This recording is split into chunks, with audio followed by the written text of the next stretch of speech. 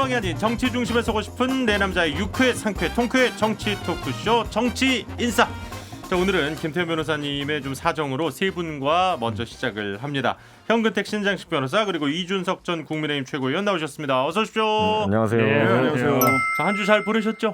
네네. 우리 이준석 전 최고위원은 벌써 목이 쉬었어요. 네. 트럭 좀 탔나 봐. 벌써? 트럭 타는 정도가 아니라 트럭 일정 짜고 동선 짜고 트럭 누가 올라갈지 결정하고.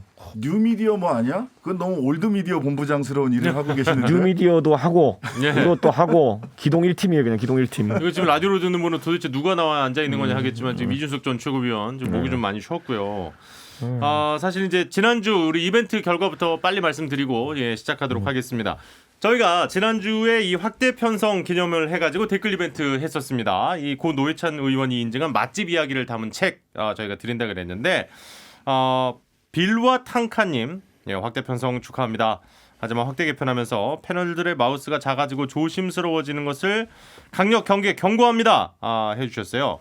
생방송으로 가면서 우리 이 패널 분들이 좀 더 편하게 얘기 못하고 수위 조절할까봐 걱정이 되신 모양인데 그럴 분들이 아닙니다, 그죠? 우리가 얼마나 최강의 변호사 팀을 보유하고 있는지 모르시는 것 같은데 예. 추미애 변호인, 예. 한동훈의 친구, 예. 거기다가 한은상 씨의 변호. 한모 씨의 변호사. 이 정도면 모든 진영을 커버합니다. 좋아요. 예, 뭐 다 됩니다. 예, 그러니까 뭐 그러시지 않을 거고. 예. 그 뭐 어차피 우리가 그 녹음 녹화로 할 때도 세 분들이 뭐 그래서 더 과한 말씀을 하시고 뭐 이런 분들은 아니었기 때문에 예.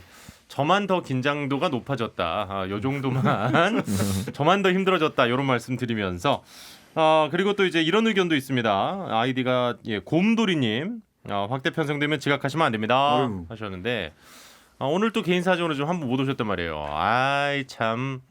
근데 이제 주말 아침이라서 다들 좀 스케줄 빼시기가 쉽지 않을 텐데 뭐 어떻게 현 변호사님은 괜찮으시죠? 오히려 낫습니다. 왜냐면 저는 경부고속도로를 타고 다니는데 네. 그 시간에 막힐라나요? 안 막히죠. 안 막혀요? 아니 반대 방향이 막히지. 나가는 게 막히지 올라오는 건 괜찮다. 예. 그리고 우리 신장식 변호사님은 이 뭐 주말 절반을 이제 정치 인사를 위해서. 네네네. 오직 정치 인사를 위해서. 딱 끝나고 점심 드시고 이제 오후 일정 소화하시면 되니까. 네. 예. 어쨌든 네 분 모두 흔쾌히 수락을 해주셔서 제작진을 대표해서 감사의 말씀을 좀 드리고 싶고요. 일단은 그 곰돌이님, 비로와 탕카님 두 분 포함해서 저희가 5분 선정했습니다. 아래 저희가 자막으로 지금 띄워드리고 있는데요. 참고 부탁드리고요. 다시 한 번만 안내 말씀드리겠습니다. 다음 주부터예요. MBC 표준 FM 큰 개편을 맞이해서 다음 주부터는 토요일부터 저희가 생방송으로 진행을 할 거고요. 일요일은 저희가 녹음을 해서 토일 아침 11시 5분에 유튜브와 또 함께 저희가 방송해 드리도록 하겠습니다. 아니 근데 지금 서울시장 후보 중 유력 후보 중에서 네네. 그 박영선 후보는 아직까지 저희 정치 인사를 방문 안 해주셨어요. 예. 압력 넣어야 되는 거 아닙니까? 뭐 여쭤보죠 뭐. 근태경 형님 역할 좀 하십시오. 물어보겠습니다. 제가 뭐 일요일에 한번 갈 것 같아요. 네네네네. 제작진의 환호가 터졌어요. 그러니까요. 예.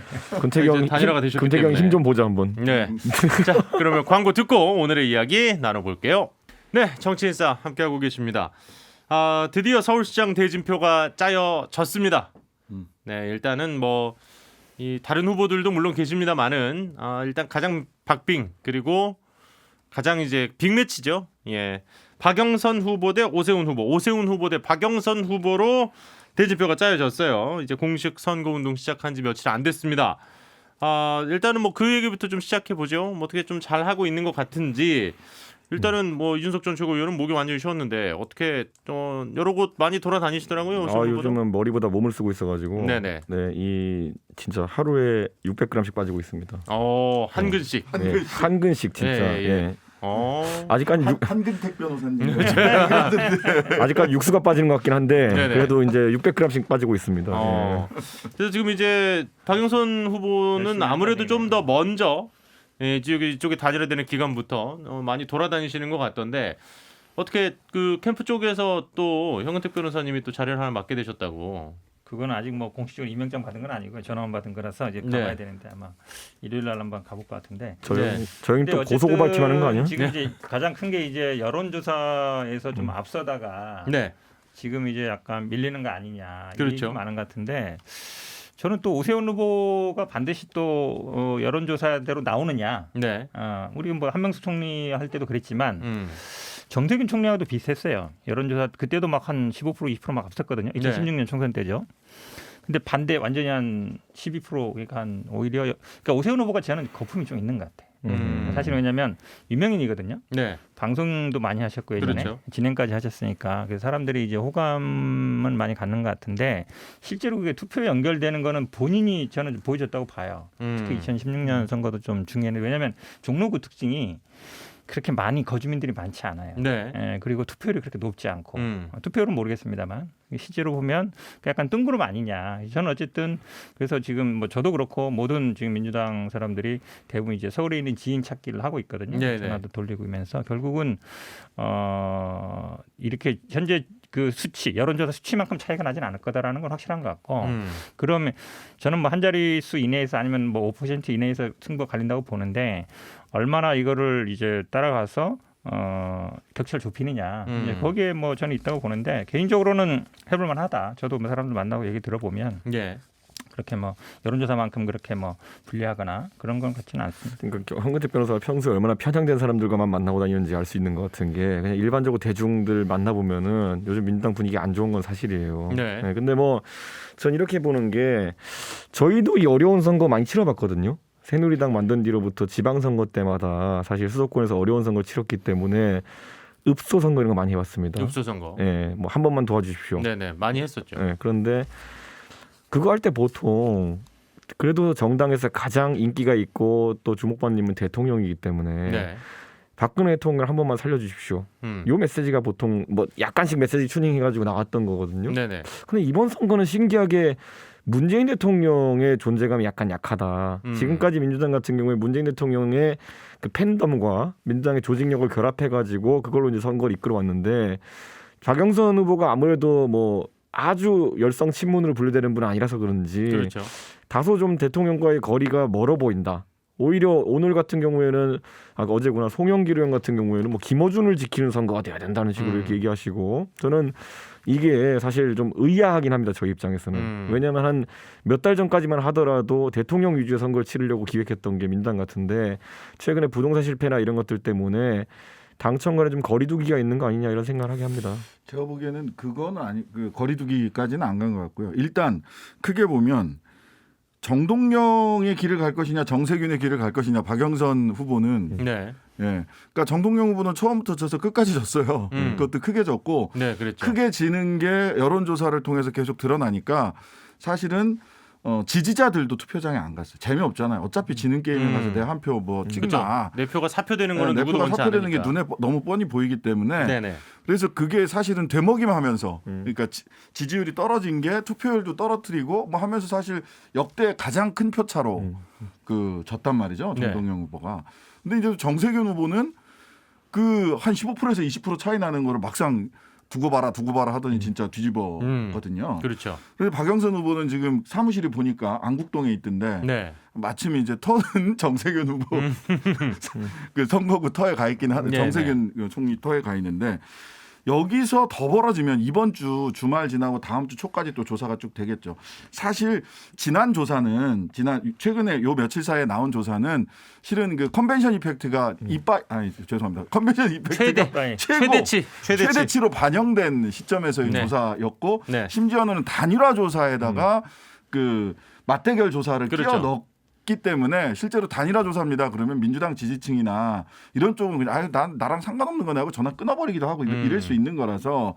근데 다음 주 중반, 다음 주 말까지도 이 격차가 여론조사에서 벌어지지 않으면 정동영 현상으로 갈 수 있어요. 근데 저는 이 상황에서 선거 전이 이제 저희 오세훈 후보든지 안철수 후보든지 올라오는 거는 단일화 때문에 좀 늦어지긴 했지만은 근데 민주당이 거대 정당이고 전략팀이 있을 텐데 오세훈 후보가 올라왔을 때 그 플랜들을 다 만들어놨을 거라는 거죠. 예. 근데 아직까지는 생각보다 준비한 게 많지는 않은 것 같은데 이런 생각이 들었던 게 네거티브가 들어옵니다. 선거 때는 항상 하기도 하고요. 그러면은 뭐 시기에 따라서 그런 것들을 풀기도 하는데 어제 들어온 거 보면 무슨 뭐 좀 공들여서 만든 자료인 것 같은데 내용의 컨텐츠를 보면은 뭐 빨간색은 탐욕의 색입니다. 뭐 이런 거. 좀 그거 보면서 이게 뭐지? 그래가지고 저희도 뭐 여러 가지 네거티브 대응하려고 유튜브. 준비해놨는데 빨간색은 탐욕의 새입니다 이래버리니까 저는 뭐 했냐면은 거기다가 레드벨벳 빨간 맛 노래 올리면서 예, 탐욕의 맛 노래 올려드립니다 이렇게 그냥 이렇게 대응하는 거거든요. 저는 지금 되게 약간 이상하다. 사실은요 이게 네. 사실 오늘 좀 중요한 뉴스가 하나 났는데 저도 사실은 뭐 당내나에 계속 얘기를 했었습니다만 이 경찰의 이제 이 특수본 수사가 사실은 잘 안 되고 있어요. 네네. 원래 되려면 압수수색 쫙 하고 사실은 그 직원들을 이렇게 부를 게 아니라 좀 센 사람들 쉽게 얘기하면 우리가 권력층이라고 하는 사람들 네네. 국회의원이든 장차관이든 무슨 본부장이든 이런 사람들을 빨리빨리 소환해가지고 사실은 단죄도 하고 그러니까 그래야만이 국민들이 보기에 아 권력 있는 사람들이 투기도 하고 돈도 벌고 권력도 갖는다 이거에 대해 풀리는 거거든요. 네. 그러니까 벌 받는다는 걸 보여줘야 그렇죠. 된다는 보여줘야 거죠. 되는데 오늘 마침 보니까 이제 양영자 의원이 뭐 피의자로 소환됐다 그러는데 이게 사실은 검찰이 했으면 벌써 했을 일이에요. 벌써 했을 일이고 또 사실은 우리 당 강하지. 그렇죠. 우리 당에도 또 좀 아쉬운 게 사실은 우리 윤리감찰단이 하고 있는데 네. 국회의원 문제도 있으니까 빨리빨리 정리했어야 돼요. 그래야만이 국민들이 보기에 아 민주당이 투기가 뭐 의심이 있는 사람들에 대해서 조치를 하는구나 되는데 조금 사실은 이번 선거에 가장 불리한 게 부동산 문제고 그중에 LH 투자 문제, 이 투기 문제잖아요. 그렇죠. 근데 이거를 피해갈 방법은 없어요. 제가 보기에는. 정면 돌파해야 네, 정면 돌파해야 되는 거라서 저는 경찰이 조금 더 적극적으로 이 특히 지도층들에 대해 수사를 조금 더 신속하게 해야 된다 봅니다. 물론 이건 선거 유불을 떠나서 네네. 국민들이 원하는 바예요. 음. 조금 더 저는 뭐 경찰이 분발했으면 좋겠습니다. 사실 그 지금 네거티브 얘기를 하셔가지고 지금 민주당 쪽에서 가장 공격을 좀 많이 하고 있는 부분은 어쨌든 내곡동 땅 문제하고 그다음에 이제 전광훈 목사하고 같이 그 코로나를 좀 2차 재확산을 시키던 그 집회에서 이제 나란히 섰던 그 두 가지가 좀 지금 가장 많은 것 같아요. 그리고 이제 반대쪽으로 공격을 하는 거는 역시 이제 도쿄 집 문제하고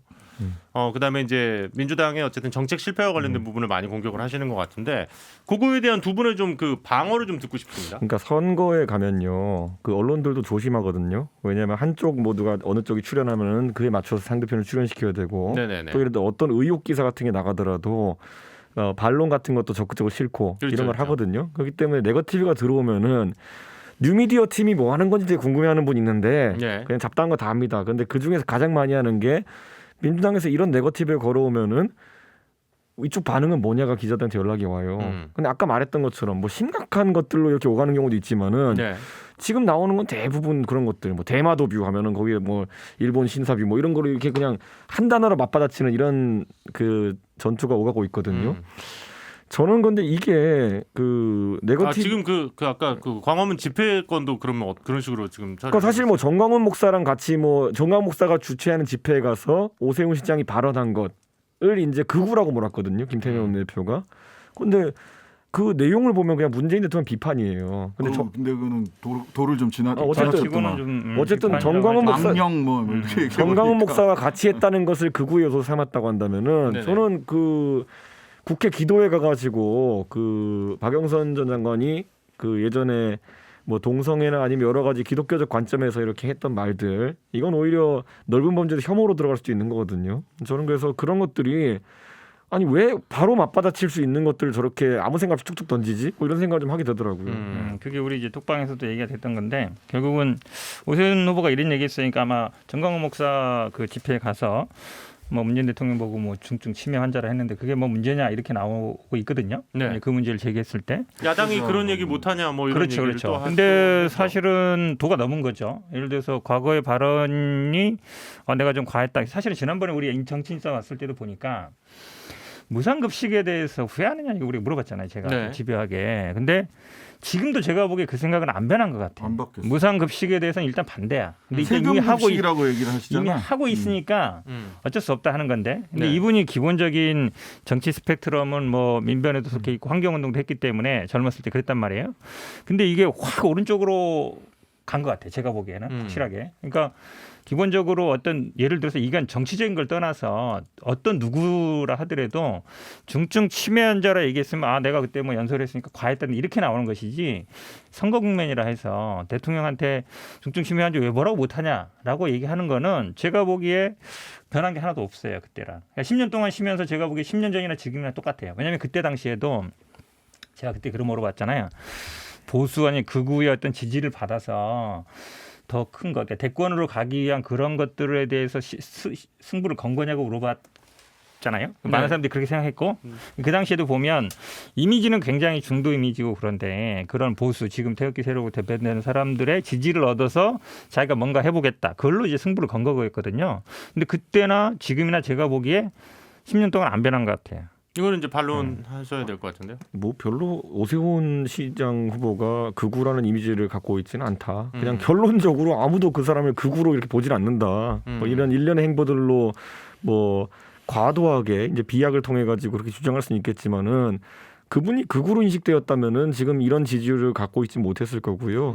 이분이 오히려 다급한 어떤 단일화나 이런 과정 속에서 이번에 안철수 후보보다 오히려 평정심을 유지했어요. 어느 정도는. 예. 왜냐하면 이건 나중에 제가 선거 끝나면 다 썰로 풀어놓을 텐데 저희 쪽에 지금 보수 소위 우파 유튜브라고 하는 사람들이 굉장히 불만이 많습니다. 왜 출연을 안 해주냐? 예. 예, 출연을 왜 안 해주냐? 너 혹시 뭐 청찌려고 하는 거냐? 거기 안철수 후보는 다 나갔어요. 네. 근데 저희 쪽에서는 오히려 틀어막고 있거든요. 왜냐하면 후보 자체 신념이에요. 그런 주장에 동조할 수 없다라는 것들. 그렇기 때문에 저는 뭐 문재인 대통령을 세게 비판했다. 그렇기 때문에 극우다 이러기에는 극우라는 거는요. 그 행동 양식이 굉장히 과격하고 폭력적이고 인종차별적이라든지 이런 요소가 있어야 되는데 제가 항상 얘기하잖아요. 박근혜 대통령 좋아하는 태극기 부대가 그 사람들이 강경보수까지는 갈 수 있어도 극우라고 하기에는 실제 뭔가 폭탄 테러를 한다든지 아니 뭐 이런 행동력을 보여주지는 않아요. 그러니까 저는 극우라는 단어 굉장히 조심스럽게 써야 된다고 봅니다. 저는 이제 두 가지 부분을 말씀드려야 될 것 같은데 하나는 그러니까 오세훈 후보가 어떤 이미지를 가지고 있느냐. 그래서 그 이미지를 타고 지금 현재 어떤 지지율을 보여주고 있느냐라는 측면에서 보면 이준석 최고위원 말이 맞아요. 근데 내용물이 뭐냐. 그러면 겉으로 포장되어 있는 거 말고 내용물이 뭐냐라고 본다면 첫 번째 정치인사에서 이분은 보편복지와 선별복지 개념을 일부러 뭉개뜨리잖아. 그거는 그런 부분은 잘못됐다. 사회복지학 교과서에 나오는 건데 그런 부분은 잘못됐다. 무상급식이 아니라 세금급식이다. 이렇게 얘기를 하고 계셔서 네. 지금 복지나 사회를 바라보는 관점이 과거의 그 개발 시대에 선별복지, 뭐 자녀적 복지라고 흔히 얘기하는 이 수준에 여전히 머물러 있다라고 하는 게 콘텐츠상 그게 보이고요. 그다음에 좀 세게 비판했다라고 하기에는 뭐 침해, 망령, 독재자 이렇게 얘기하는 거는 너무 같죠. 선을 넘었죠, 사실. 근데 본인이 아마 그 집회에 나갔을 때는 본인이 한 10년간 이번에 막 울었잖아요. 10년 만에 처음으로 선거에서 이기신 거라서. 경선이지만. 네, 어쨌든. 경선이지만. 네. 그래서 자기가 이제 설 자리를 찾기 위해서 하다 보니 그 자리까지 간 게 아닌가. 그리고 뭐 집회 나가면 사실 분위기에 취해서 더 센 얘기를 하기도 해요. 뭐 그럴 수 있죠. 서울시장이나 또는 더 큰 꿈을 생각하는 사람이라면 그렇게 선을 넘는 발언을 하면 안 돼요. 아니, 근데 어떤 뭐 집회에 가더라도. 저는 그래서 여기에도 네. 아까 얘기했지만은 민주당이 만약에 독재자 발언이나 이런 것에 대해서 불편하게 생각한다면 굉장히 이걸 큰 전선으로 삼아가지고 매일매일 의원들 마이크 잡고 저런 오세훈을 심판해달라 이렇게 했을 겁니다. 네. 지금 상황에서 그 독재자 발언이든지 이런 걸로 붙어봐야 별 실익이 없다는 걸 잘 아는 거예요. 지금 그 상황에서 예를 들어 매일 그게 이슈화가 된다? 그러면요 동네 치킨집에서 고깃집에서 앉아있는 사람들마다 그게 화제가 됩니다. 문재인이 독재자야? 아니야? 이렇게 토론을 벌여가지고 그 작은 전쟁에서 민주당이 이길 자신이 있다 그러면은 저는 이번에 크게 이슈화했을 겁니다. 근데 지금 약해요. 저 1등하는 앞서가고 캠프에 있다는, 앞서가는 네. 캠프에 이제 여유 있는 대응 방안이고요. 그다음에 두 번째로 제가 말씀드릴 거는 뭐냐면 내곡동 문제 끝까지 갈 건데 내곡동 문제 이제 두 가지 측면인데 하나만 주로 얘기가 됐어요. 뭐냐면 선근 사람이 누구냐라는 거였잖아요. 선거일 때 네네. 오세훈 시장이 뭐 몇 가지 이제 해명에 오류나 또는 뒤에 정정할 수밖에 없는 실수들이 있었어요. 난 몰랐다라든지 뭐 노무현 대통령 시절에 다 한 거라든지 본인은 실수거나 내가 착오했다라고 생각할지 모르겠지만 보는 사람들에 따라서 그거 거짓말했다라고 볼 수도 있는 거예요. 네. 근데 두 번째 문제는 실은 저도 이제 변호사로서 토지보상 업무 이런 거 해보고 또 그다음에 토지보상 업무를 하면서 그 전문 펌들이 있어요. 그래서 그쪽에 이제 취재를 쭉 해봤는데 네. 대한민국에서 토지보상 해가지고 그 가장 이의 신청이 없었던 곳이 어디냐면 두 개인데 하나는 사대강이고 하나는 내곡동이었다는 거예요. 원래 그러니까 이 신청이 없다는 말은 충분히 그만큼 받았다고 만족했다는 거예요. 생각을 한다는 거죠. 만족했다는 네. 거예요. 돈 받은 사람들이. 이게 보통은 이의 신청 다 하거든요. 그러니까 왜 내 땅 이렇게 가져가는 왜 돈 싸게 조금 주냐 해가지고 예. 이의 신청 다 하거든요. 근데 이게 이의 신청을 하거나 토지 보상 가격을 이렇게 할 때 토지 보상 가격을 이렇게 딱 줄 때 처음에 선언할 때 서울시 시장 그 광역시도 이건 뭐 법에 그냥 돼 있는 거예요. 광역시도 시도 단체장 네네. 하고 그다음에 SH공사나 LH공사 시행자 그다음에 주민들. 네. 근데 보통은 주민들은 높여달라고 그러고 시도지사나 SH공사 시행자 측에서는 낮추려고 하죠. 그렇겠죠, 당연히. 그렇죠. 예. 근데 이때는 셋이 의견이 일치하여 다 높게 잡은 거예요. 그러니까 그렇다면 이 과정에서 이건 뭐 광역단체장의 자기 권한이니까 그렇게 행사할 수 있어. 오세훈 시장도 예, 그 감정평가사를 선정하는 과정에. 네. 근데 이 과정에서 왜 이렇게 그 토지 보상하는 전문 펌들에서는 전부 다 이때 도대체 왜 이렇게 많이 준 거냐에 대해서 의문을 가지고 있어요. 그럼 이 과정에서 무슨 뭐 다른 뭐가 있는지 모르겠어요. 하여튼간에 의문 토지 보상 전문 펌은 그 부분에 의문을 가지고 있다.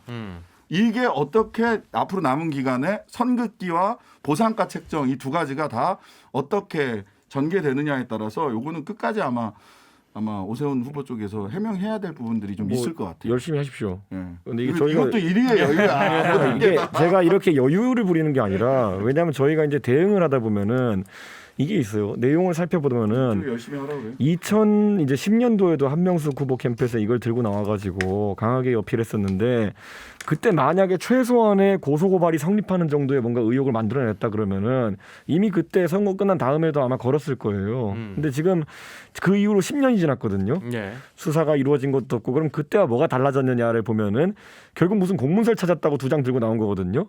한 장은 무슨 뭐 지구지정 관련해서 공문 보냈다는 거 그거 다 알고 있는 공문인데 갑자기 찾았대요. 그리고 또 하나 또 뭐가 있냐면은 아파트를 무슨 뭐 성냥갑 아파트로 짓지 말고 무슨 뭐 좀 더 예쁘게 짓자 이런 공문을 찾았대요.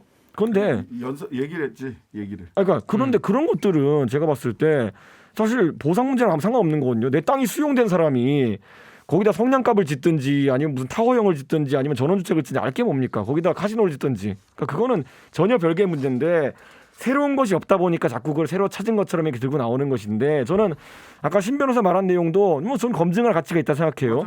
그렇다고 했을 때 그러면 이것이 선거 전까지 검증돼 가지고 의혹 단계로까지 격상시켜서 공식 제기할 수 있는 상황이냐?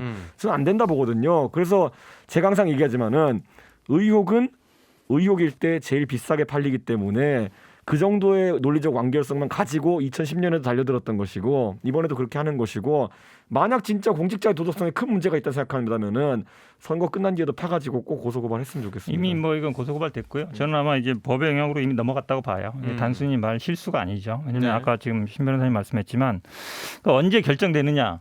그거를 모를 수가 없죠. 서울시장이 어떻게 몰라요. 근데 뭐 자꾸 오해했다 그러는데 뭐 존재도 몰랐다 그러는 거고 지금 뭐 자꾸 이 발언 나오는 게 사실은 본인은 뭐 국정전개를 몰랐다 하니까 그 얘기가 나오는 거예요. 네. 수찰도 갔고 시의회에서도 얘기했고 국정감사 때도 얘기했다 하는 거거든요. 결국은 2010년하고 뭐가 달라졌냐면 그때는 이런 말들이 있었는지 모르겠지만 이렇게 분명하게 서류로서 아니면 근거로서 팩트 체크를 할 수 있는 사실이냐 아니잖아요. 결국 명예훼손이라는 게.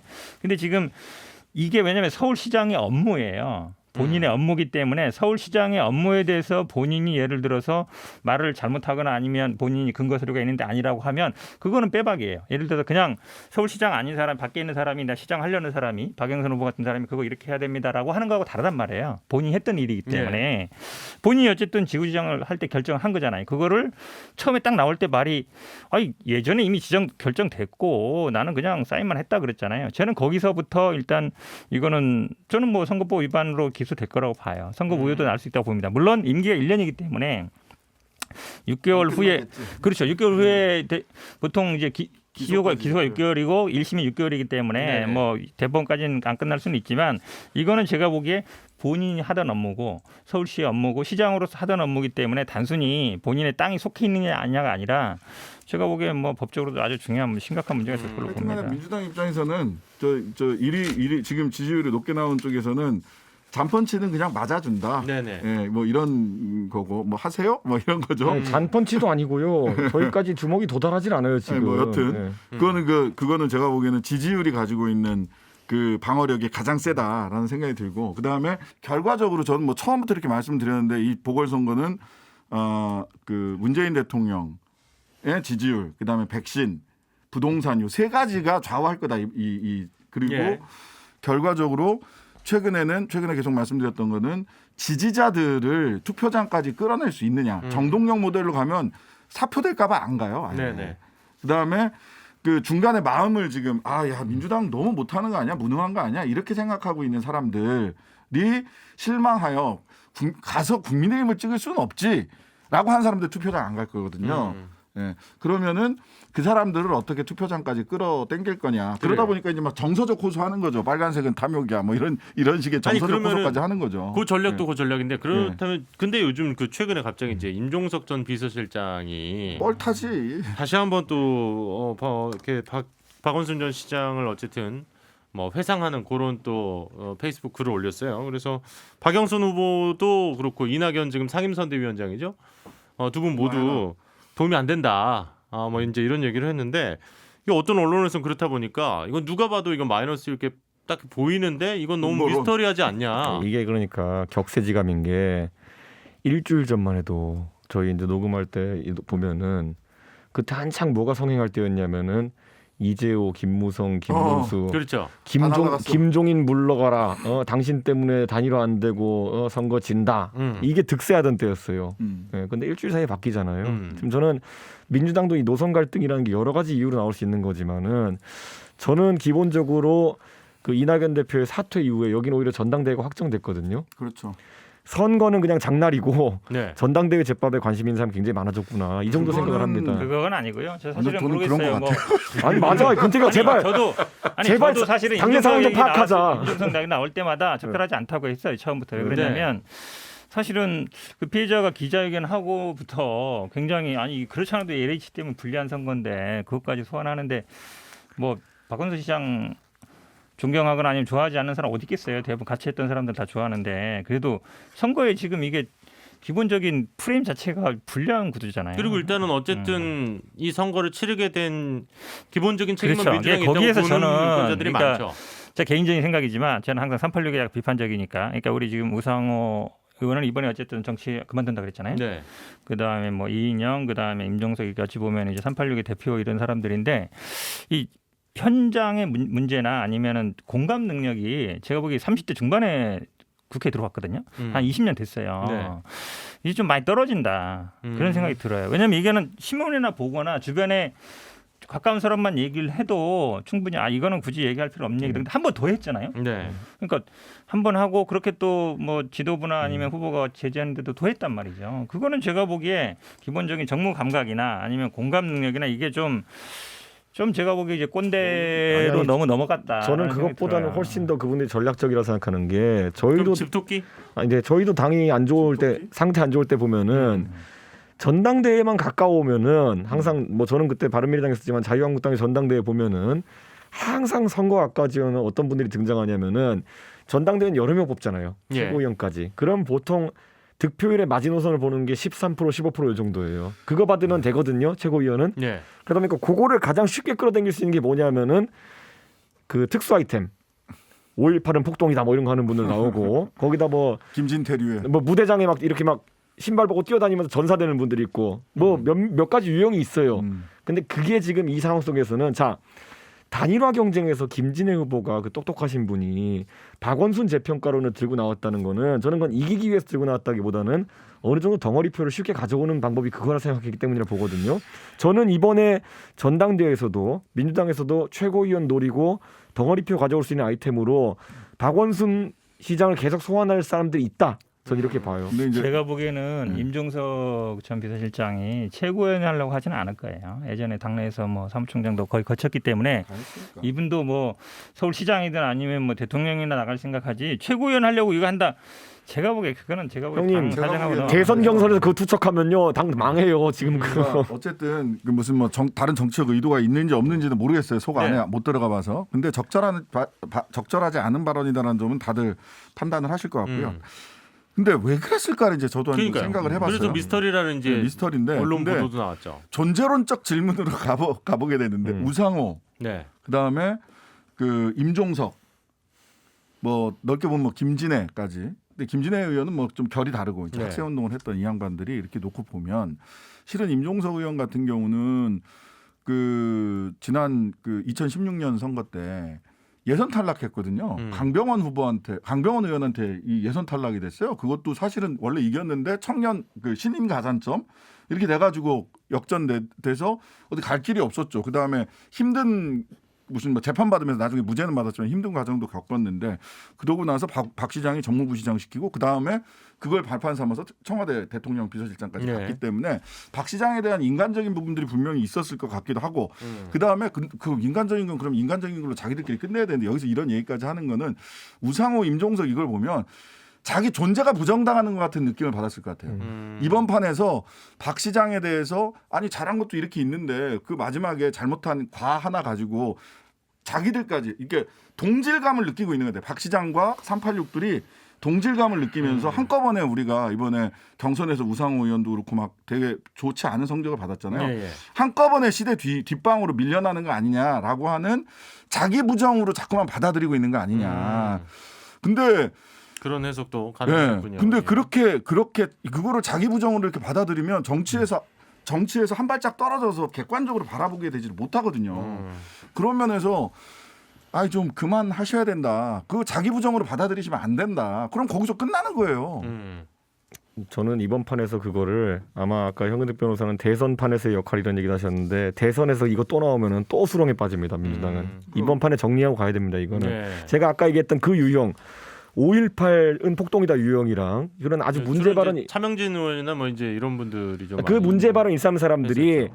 전당대회에서 재미를 봤기 때문에 나중에 또 비슷한 수법을 사용하고 이런 것 때문에 당이 골병 들었던 거거든요. 그래서 결국 총선에서 그분들이 대부분 지셨죠. 그렇죠. 그런데 네. 거꾸로 지금 와가지고 김종인 위원장이 다른 건 모르겠지만 그건 제대로 컨트롤하잖아요. 그러니까 저는 이번에 서울시장 경선 물론 서울이긴 하지만은 그런 얘기 입 밖에도 안 나왔고요. 오히려 위원장은 광주 가가지고 계속 사과하는 모습 보이고 이런 거 굉장히 위험 요소 컨트롤하는 게 중요하다 봅니다. 좋은 얘기했는데요. 네. 사실, 시간 아니요 이제 슬슬 이 주제 마무리. 사실은 이제 지금 네. 우리 당이 이제 공중전 하고 있는데 저는 이제 우리 당에 지상전 주로 가고 있는데 그렇죠. 공중전도 해야 된다 얘기하는데 이 공중전이 이런 거거든요. 이런 게 사실은 우리 당에서 뭔가 던진 거를 이슈가 돼서 그게 자꾸 얘기가 돼야 되는데 이 부정적인 거가 이슈가 되면 사실은 지금 공중전도 어찌 보면 약간 밀리고 있는데 좀 이제 괜히 보면 공중전 제대로 하는 사람은 내가 보기에는 유튜브 정도만 쫙 돌고 갔지만 이해찬 의원 정도가 공중전 그러니까. 아니, 근데 이건 제가 근데 좀 이해찬 우리 대표가 당에 했던 그러면은 뭐 큰 공중전 쉽게 이길 거라 본다. 뭐 이것 때문에 또 아니요, 말들이 아니요. 많았어요. 저는 근데 제가 이건 발언이. 근태기 형이랑 다른 방송사 대기실에서 한번 얘기했었는데 저는 이번에 저도 공중전에 약간을 담당하고 있지만은 상당히 의아했던 게 서울의 기반을 가지고 있는 민주당 의원 중에 보면은 언변 논리가 되는 분들이 있어요. 예를 들어 저는 제가 뭐 방송에서도 많이 만나뵙고 있지만 홍익표 의원이라든지 네네. 아니면 기동민 의원 이런 분들은 나름 소구력 있는 메시지를 많이 내세요. 근데 의외로 이번에 그분들이 스피커로 등장을 안 합니다. 제가 오히려 맞상대했던 의원들은 다소 제가 봤을 땐 그런 이미지랑 거리가 있는 고민정, 우리 소위 말하는 피해 호소인 3인방으로 처음에 캠프에 등장했던 분들이라든지 이런 분들은 뭐 다른 능력은 모르겠지만은 적어도 메시지 소구력이 강한 분들은 아니거든요. 네. 전 그래서 여당도 지금 저희는 제가 지난번에 설명했지만 구조적인 문제로 나경원, 오세훈을 한번 갈라지고 그 나경원 쪽에 있던 사람들이 안철수 많이 돕고 이러면서 오세훈 캠프가 다소 인력이 나경원 쪽에 안철수를 많이 도왔어요? 네, 그런 일이 있었어요. 그런데 그게 진짜 선거 끝나면 얘기 들을 얘기 많다. 그 캠프에 정말. 있었던 분 중에 그래가지고 인력 구성이 좀 저희도 멤버가 좀 이번에 좀 새롭게 많이 짜이긴 했는데 네. 민주당은 그런 일이 없이 순탄하게 처음에 박영선 후보로 결정됐음에도 우리가 약간 이런 거 있잖아요. 저쪽 팀의 선수 중에 나올 사람인데 왜 안 나오지? 이런 분들이 너무 많아요 지금. 누구 얘기해봐요. 응? 가서 얘기. 비밀이야. 아니 근데 지금 뭐 기동민 의원이나 이런 양반들이 저도 왜 그럴까 이것도 이제 보면 박 시장이랑 너무 가까워요. 다 정무부시장 했고 그랬죠. 뭐 이래서 그러니까 서울 지역에서 좀 플레이어가 될 만한 사람들이 박 시장이랑 인연이 다들 있어. 그러다 보니까 아마 이제 여성 의원들을 전면에 내세웠는데 하필이면 이게 딱 피해 호소인 그 걸려가지고 그렇게 돼가지고 빨리 현 변호사님께서 가가지고 공중전을 담당을 해주셔야 됩니다. 제가 보기엔. 저도 그냥 헬리콥터 정도밖에 안 돼가지고 원래 공중을 하려면 큰 폭격기가 한번 떠가지고 큰 폭탄을 떨어뜨려야 되거든요. 근데 저는 그냥 프로펠러 달린 조그만한 비행기라서 뭐 중위 비행기 정도밖에 안 돼서 저 같은 게 백날 가봐야 폭탄 뭐 요만한 거 하나 떨어뜨려 갖고는 택도 없는 것 그렇다고 같고요. 이해찬 대표가 가가지고 오물 떨어뜨린 거면 낫지. 지금 180석 발언이 뭐야 거기서? 180석이 아니 뭐지? 이긴다 발언? 네, 근데 이제 뭐 그건 아까 제 신 변호사님 정동영 얘기했- 효과 안 나게 하는 거예요. 그게. 네. 일단 좋습니다. 정치전을 만든 거죠. 일단은 되게 중요한 포인트는 그건 것 같아요. 신 변호사님이 얘기해 주셨던 이제 민주당 입장에서는 다음 주 지지율 추이 네. 조금이라도 상승세가 보이느냐, 그러니까 격차가 조금이라도 좁혀드느냐. 그리고 지금 사실 야당 쪽에서는 또 이제 오세훈 캠프 측에서는 계속해서 지금 그 메시지를 내고 계시잖아요. 지금 지지율 보고 우리가 넉넉히 있으면 안 된다. 그런 아마 얘기들. 입단속 들어갈 겁니다. 네. 설화를 막아야 된다. 이제 이렇게 하겠지. 우리 입이 별로 없어요. 네. 그렇기 때문에 다음 주 이제 우리가 드디어 이제 생방 시작하잖아요. 다음 주 토요일이면은 아마 어느 정도 그 지지율에 대한 분석이라든지 이런 것들이 충분히 나올 수 있는 시간이니까 다음 주에 그 얘기를 계속 나눠보도록 하고요. 첫 번째 주제 이제 일단 서울시장 후보에 대해서 이야기를 나눠봤는데 현근택 변호사님도 오늘 또 좀 중요한 재판 있으시다고. 예, 제가 거의 뭐 유일하게 제가 진행하는 재판이 하나 있어가지고 네. 가봐야 돼. 오늘은 여기서 조금 보내드리고 그럼 이제 남은 시간은 두 분 우리 신 변호사님과 이준석 전 최고위원과 함께 다른 이야기 짧게 나눠보도록 하겠습니다. 현 변호사님 뭐 그래도 그 와중에 또 급히 오셔가지고 고생하셨고요. 다음 주는 생방이니까 뭐 재판이고 뭐고 여지 없어요. 저희 뭐 주말에는 재판 안 합니다. 예. 그렇네요. 예. 자, 그럼 고맙습니다. 다음 주에 네, 뵐게요. 맞습니다. 예. 네, 계속해서 오늘의 두 번째 이야기 나눠보도록 하겠습니다. 예. 뭐 조금 단촐해졌습니다만은 오히려 예, 충분히 좀 시간을 나눌 수 있을 것 같아요. 사실 이번에는 그 김종인 위원장과 이제 안철수 대표 두 사람의 얘기를 좀 해볼까 하는데요. 이제 단일화 이후에 또 한 말이 화제가 됐어요. 안철수 대표의 대선 행보가 정권 교체에 장애가 될 수 있다. 뭐 게다가 이제 또 오늘 그러니까 방송 날짜로 어제 나왔죠. 2011년에 그 별의 순간을 놓쳤다. 왜냐면 이제 윤석열 전 검찰총장에게 이제 별의 순간을 또 얘기를 하셨던 분이기 때문에 그래서 뭐 이렇게 왜 이렇게 싫어해요? 잘 아시잖아요. 가까이 지내서 왜 이렇게 싫어해요? 우선 우리 아니 도와주러 이렇게 빨간 넥타이까지 메고 이렇게 오신 분을 우리 애청자분들께 예고드리면요. 시장 선거 끝난 다음에 저희 야권이 승리한 상황이 발생할 경우 나머지 세 분 집에 쉬시고 제가 단일화의 전모 예. 대한민국 격동 50년 스타일로 풀어드리겠습니다. 그럼 어떻게 그 혼자 나와서 이거 또 쫙 한번 배경음악 특이하게 깔고 예. 빠라바. 지금은 아직은 오픈 못할 이유가 있다. 아니, 선거 중인데 지금 어떻게 내부 총질합니까 그거는. 오케이. 그러면은 선거 그거는 후에는 내부 총질? 아니 그 그거는- 내부 총질이 아니라 이제는 말할 수 있다는 이제는 얘기가. 말할 수 있다. 그럼 만약에 뭐 만약입니다만 어떤 것도 아직 결정난 게 없어요. 야권이 저도 그 얘기 풀어주실 건가요? 책으로 내겠습니다. 그거. 야권이 지금 책으로 되겠다. 좋아요. 뭐 근데 그 일단은 외부 그러면 평가를 좀 들어보고 싶은데 신 변호사님이 보시기에는 왜 이러시는 걸까요? 이분 이제 두 가지가 있을 것 같아요. 하나는 실제로 제3지대 이제 안철수 안철수 대표가 네. 뭘 하겠어요. 이제 외부에서 자기 몸값을 올리기 위해서 노력을 해야 될 텐데 그건 당연히 또 제3지대를 소위 제3지대를 있는지 없는지도 실체가 불분명한 소위 제3지대를 지렛대 삼아서 또 한 번에 본인이든 아니면 본인이 킹메이커 역할을 하든 간에 제3지대를 가지고 국민의힘과 뭐 합당이 됐든 뭐가 됐든 간에 그냥 순순히 들어오지 않을 거거든요. 네네네. 그렇기 때문에 제3지대에서 본인이 킹이 되든 킹메이커를 하든 간에 이걸 갖고 또 장사를 죄송합니다. 이걸 가지고 어쨌든 정치적인 뭐. 뭔가를 할 거다라고 하는 게 우리가 사실은 이렇게 표현하니까. 누구나 눈에 보이잖아요. 네네.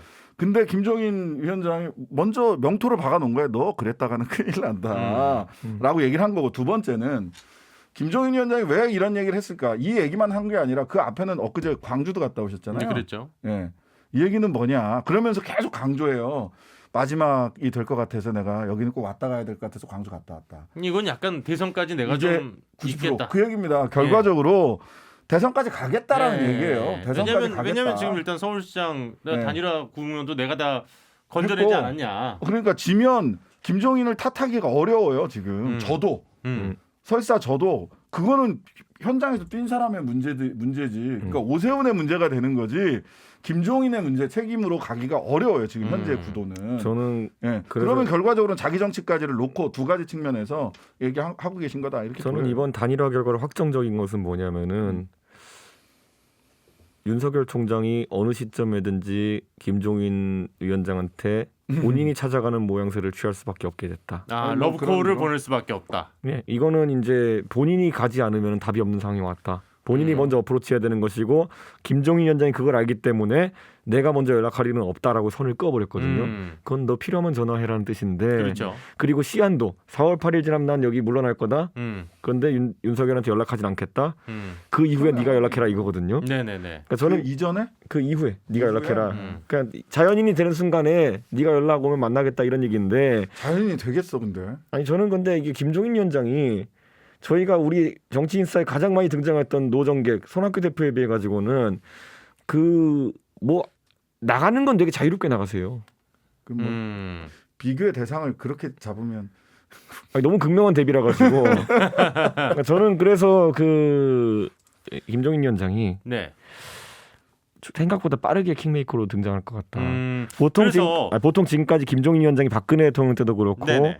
막판에 갔죠 막판에. 그 문재인 대통령도 그렇고 경제에 대한 원포인트 릴리프 투수 비슷하게 픽업된 경우가 많았어요. 그랬죠. 그래서 이거 받을래 안 받을래 해서 받을게. 그러면 딱 잘 봤어요. 그런데 그렇게 지금 봤어요. 상황은 뭐냐면은 정무적인 면에서 최고의 가치가 올라온 지금 상황이 돼버린 거예요. 킹메이커 중에서 원래 정책 담당들은 많아요. 예. 근데 정치적인 수싸움에 있어가지고 멘토가 될 수 있는 사람은 감옥에 콩나든나거든요. 지금 보면은. 그러니까 이거는 생각보다 그래서- 빠르게 그래서 판단할 수 있다. 그 어제죠. 우리 방송 날짜로 어제 네. 한 언론사가 단독으로 네. 이거 어딘지 좀 잠깐만요. 예. 음. 김종인, 윤여준 주간 동아였군요. 예. 김종인, 윤여준, 윤석열 매개로 제3지대 활동 계획 이런 단독 기사가 났는데 이거는 제가 그래서 소설이라고 봅니다. 제가 이거는 정확히 꺼질 수 있는 게 뭐냐면요. 자 이제 윤여준 예전에도 윤여준 장관과 김종인 여기에는 위원장을 비판이 나올 겁니다. 엮어가지고 한번 박근혜 정부 시절에 이런 킹메이커론이 예. 나왔었는데 뭐 다른 게 아니라요. 음. 그 한 분을 쓰려면 다른 한 분은 못 씁니다. 못 써요. 같이 절대 못 있어요. 정치에 대한 관점 차이가 큰 분들입니다. 예. 그래서 저희 정치인사 제작진이 윤여준 장관께 확인을 했어요. 예. 일단 본인은 부인하시는 걸로. 아니 그러니까 그게 맞아요. 네. 그 양반이 같이 뭐 누구를 킹메이킹을 한다, 네. 킹메이커 된다. 전 불가능하다고 봐요. 어. 두 사람이 그 사람 대하는 스타일도 정치에 관여하는 스타일도 완전히 달라요. 자 윤여준 장관에게는요 그 책사라는 말이 너무 많이 붙어요. 그렇죠. 책사라는 말이고 그거에 그렇죠. 이제 뭐 직계라고까지 표현할지 모르겠지만 그거의 다음 라인으로 인정받던 분이 이태규 의원이거든요. 책사와 그 소위 말하는 판 짜는 사람 약간 다릅니다. 책사는 주군이 내 얘기를 들어주느냐 안 들어주느냐에 따라서 자신의 운명이 갈리는 사람이고 네. 판을 짜는 사람은 장기 말을 그 지형지세에 맞춰서 장기판을 배치하거나 아예 지형지세를 바꿔내는 사람이거든요. 스타일이 달라요 완전히. 그래서 같이 갈 일은 없다. 정치판에서 예를 들어 양정철 이런 분들이 최종 진화형으로 가면은 보통 책사형 이런 거라고 얘기 붙이죠. 그래서 네. 제가 보기에는 김종인 위원장이 자연인으로 남든 비대위원장으로 쭉 가든 굉장히 중요한 역할을 그 서울시장 선거와 결과 관계없이 네. 역할을 할 거다라고 저는 그렇게 보이고요. 이렇게 되면 김종인 위원장이 그 국민의힘 쪽에서 보수야권 쪽에서 말하자면 그런 역할을 한다, 킹메이커 역할을 한다라고 하면 예. 제가 보기에는 이해찬이 등장할 수밖에. 그렇죠. 등장합니다. 무조건 등장합니다. 딱 그 상대 대립각 세울 수 있는 분은 딱 떠오르는 분은 떠오르는 거의 전에 그분밖에 이해찬밖에 없네요. 없어요. 예. 그리고 그쪽에서 이제 자랑하는 바가 있어요. 이해찬 대표는 사전 사승이다. 나는. 그러니까 88년인가요? 86년인가? 88년인가? 지역구 선거에서도 김종인 위원장이 5번 국회의원을 했는데 다 비례였잖아요. 다 비례였고 한 번 지역구 나갔다가 이해찬 의원한테 30대 이해찬 의원한테 졌어요. 그다음에 각 당에서 비대위원장이나 당대표 했을 때도 나머지 두 번에서도 이해찬 대표가 승을 했었고 네. 지난 총선까지를 포함을 해서 이건 얘기를 뭔지 모르겠는데 2004년에도 실은 그 김종인 위원장이 그때 잔류민주당 비례대표를 했거든요. 네네네. 이해찬 대표는 그때 열린우리당에 해가지고 152석을 했던. 그래서 2004년에도 사실은 비하인드 스토리가 있는데 그때도 이해찬이 승리했다. 이제 이렇게 얘기를 해요. 예, 사전 사승이다. 그쪽에서 그렇게 얘기를 해. 네네네. 예, 그래서 아마도 김종인의 이 부활이라기보다는 김종인 대표의 역할이 서울시장 선거 이후에도 간다면 당연히 이해찬 대표가 조기 등판할 수밖에 없다. 자 이미 일단 조기 그러면 어쨌든 등판했죠. 김종인 위원장은 어떻게든 윤석열 전 총장을 이제 판으로 그러니까 뭐 본인이 끌어들이려고 나서든 하겠죠. 윤석열 전 총장이 뭐 찾아가든 간에 근데 윤 총장도 지금 김종인 위원장 플레이하는 걸 봤기 때문에 이거는 내가 안 찾아가면 나는 안철수 제2의 안철수 꼴이 날 수도 있겠구나라는 생각을 사실 안 할 수 없어요 지금. 왜냐하면 그 지점이 이제 사실 약간 예고편을 던지면은 김종인이 안철수에게 입당을 제의했을 때 네. 그때가 안철수의 마지막 기회였다라고 보는 의견이 지배적이에요 지금 당내에서. 윤석열도 아니 자 그러면 오케이. 자 말 나온 김에 그러면 두 분은 안철수 대표의 향후 정치적 입지는 어떻게 예상하시는지 좀 듣고 싶어요. 저는 사실 그러니까 이번에 어쨌든 뭐 빨간색 넥타이를 메고 뭐 이제 국민의힘 의원들이 있는 곳까지 찾아가지 않았습니까? 근데 상당히 지금 김종인 위원장은 좀 차갑게 계속해서 좀 대하는 것 같고 과연 이제 100석이 넘는 제1야당과 세석이 합당의 형태를 띠는 게 맞는 거냐? 당대당 뭐 통합이 맞냐?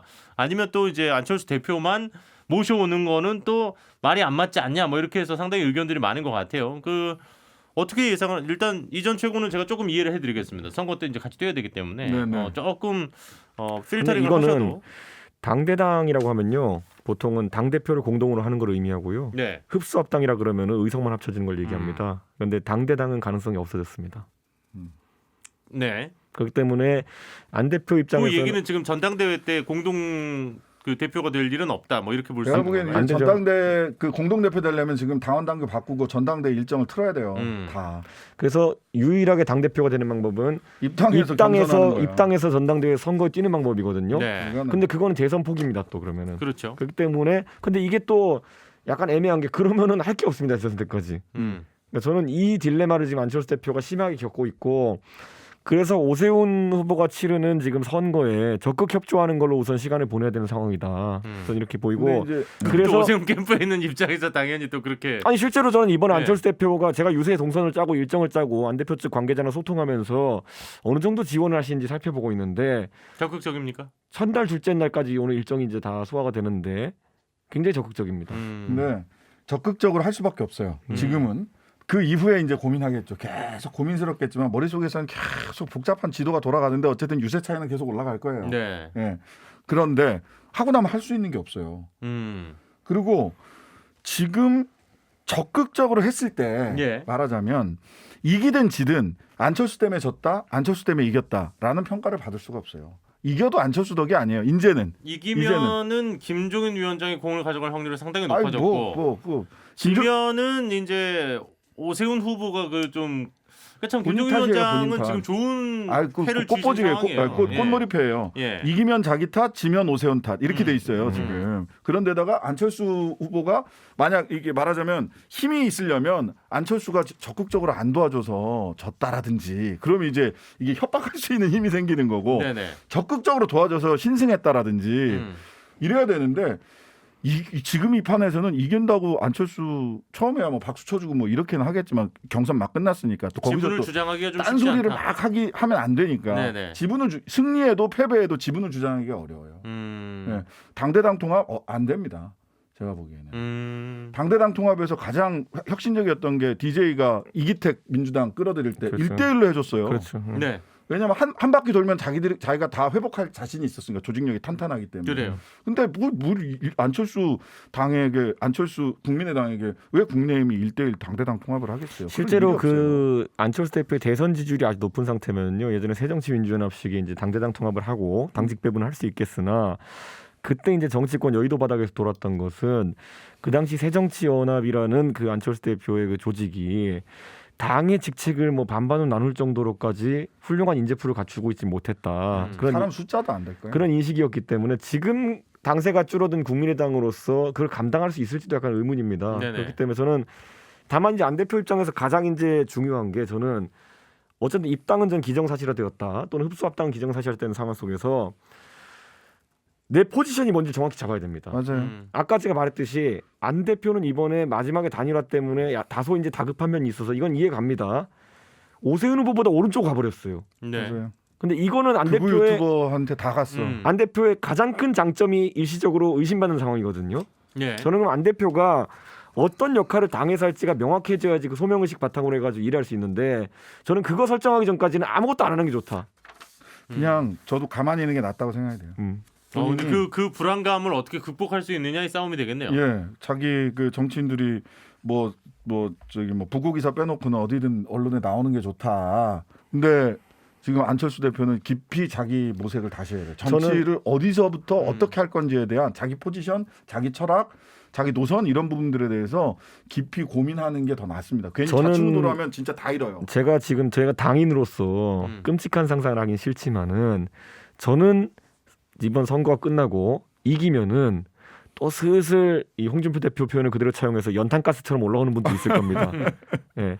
당원들이 그 선거인단에 들어간다는 순간 당원들의 표심을 받는 가장 자극적인 방법으로 이제 전당대에 임하는 사람도 있을 거거든요. 어떤 분들은 이제 뭐 대충 저도 아까 언급했던 그런 부적절한 발언들도 있고요. 네네. 자, 그랬을 때 그게 현상으로까지 나와가지고 다시 언론과 대중과 중도 세력의 지탄을 받는 지점이 가면은 그때까지 안철수 대표의 중도 소구력만 유지된다 그러면은 단연코 그때 역시 이래서 안 되겠구나. 그러면은 안철수 정도 이미지를 가진 사람이 또 필요하겠다라는 호출이 생길 겁니다. 저는 길지 않을 거라 봐요.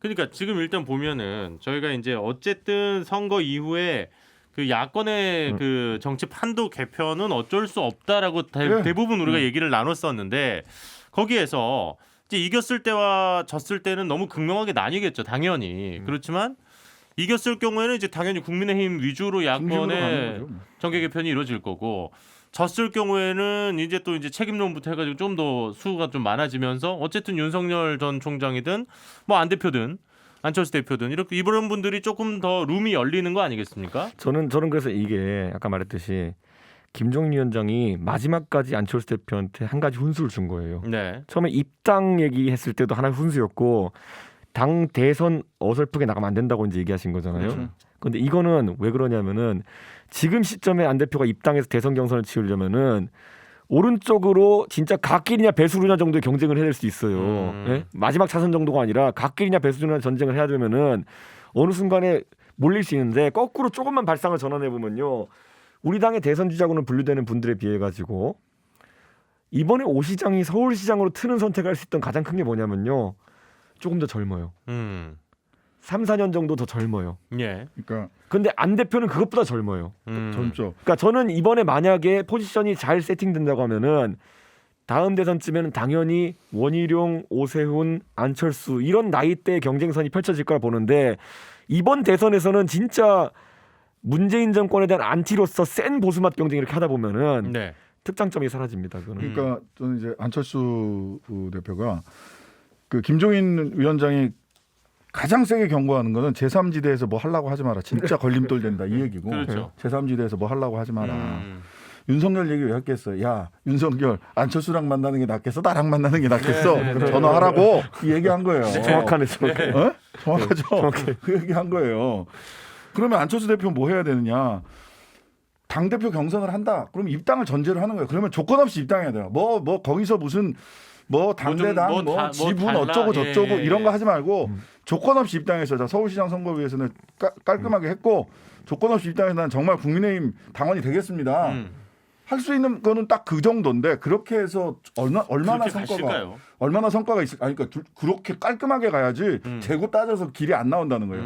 그렇게 하든지 저는 근데 그거보다도 본인이 차라리 어디 진짜 뭐 노원이라 좀 그렇긴 한데 지역이든 아니면은 부산이든 어디든 가서 지역구에서 한번 진짜 현장 정치를 구름 위에 산책 그만하시고 지역구 같은 데 진짜 현장 정치를 하면서 바닥에서부터 내가 왜 정치를 하는가, 나의 정치적 노선은 뭔가 이런 것들을 차분하게 몇 년을 겪고 나도 시간이 지나면 안철수에 대한 소구력이 다시 부를 날이 올 거다. 네. 침착하게 생각하고 정치를 바닥에서 처음부터 다시 한다라고 생각하는 것이 훨씬 나을 거다. 제가 지난주에 태연이 형한테 했던 말을 이제 인터넷에서 막 회자하면서 사람들이 막 얘기하는 분들이 있더라고요. 김태현 변호사 있었어야 되는데. 그러니까 윤석열 총장의 등장이 있어가지고 안철수, 김무성, 김문수, 이재호 연합군 같은 약간 희한한 동맹군이 득세하는 게 낫겠느냐, 아니면은 안 돼, 그렇죠. 김종인으로 단일화된 이쪽이 낫겠느냐라고 이제 얘기를 했을 때 네. 그게 사실 굉장한 고민의 지점이 될 겁니다. 윤석열 총장 맞아요. 측에서는. 그렇다고 했을 때 저는 지금 안철수 대표가 오히려 지금 약간 선택의 기로에 서 있을 때 가장 받기 쉬운 유혹이 그 국민의힘 내에서 그래도 덩어리로는 상당히 큰 세력을 보유하고 있는 그 원로들의 네네네. 재등판. 앞세워지는 그 말이 되는 것이거든요. 그렇죠. 자, 그게 뭐냐면은 국민의당 할 때 똑같은 얘기지만은 정대철과 박지원의 앞에 세우는 사람이 안철수였다 이런 이미지를 가지면 안 되는 거예요. 저는 그래서 누구와 함께 국민의힘에서 정치하겠느냐에 대해서 노선 명확해져야 된다 이렇게 봅니다. 알겠습니다. 자 오늘 또 세 분으로 시작해서 또 이렇게 두 분과 안철수 대표의 이제 정치적 향방에 대한 이야기까지 좀 나눠봤는데요. 아니, 이런 고급 분수를 좀 들으셔야 되는데 안 대표가. 내 말만 들으면 돼. 좋습니다. 정치일상 오늘 저희가 준비한 시간은 여기까지고요. 다시 한번 안내를 드리겠습니다. 다음 주부터는 매주 토요일과 일요일 오전 11시 5분에 저희가 찾아뵙게 됐습니다. 잊지 마시고요. 유튜브도 마찬가지입니다. 네, 생방송 토요일 11시 5분은 생방송으로 저희가 보내드릴 거고 일요일은 또 녹화된 부분을 저희가 최초 공개로 보내드릴 테니까요. 관심 많이 가져주셨으면 좋겠습니다. 자, 이준석 전 국민의힘 최고위원 그리고 신장식 변호사 함께해 주셨습니다. 고맙습니다. 네, 감사합니다. 감사합니다.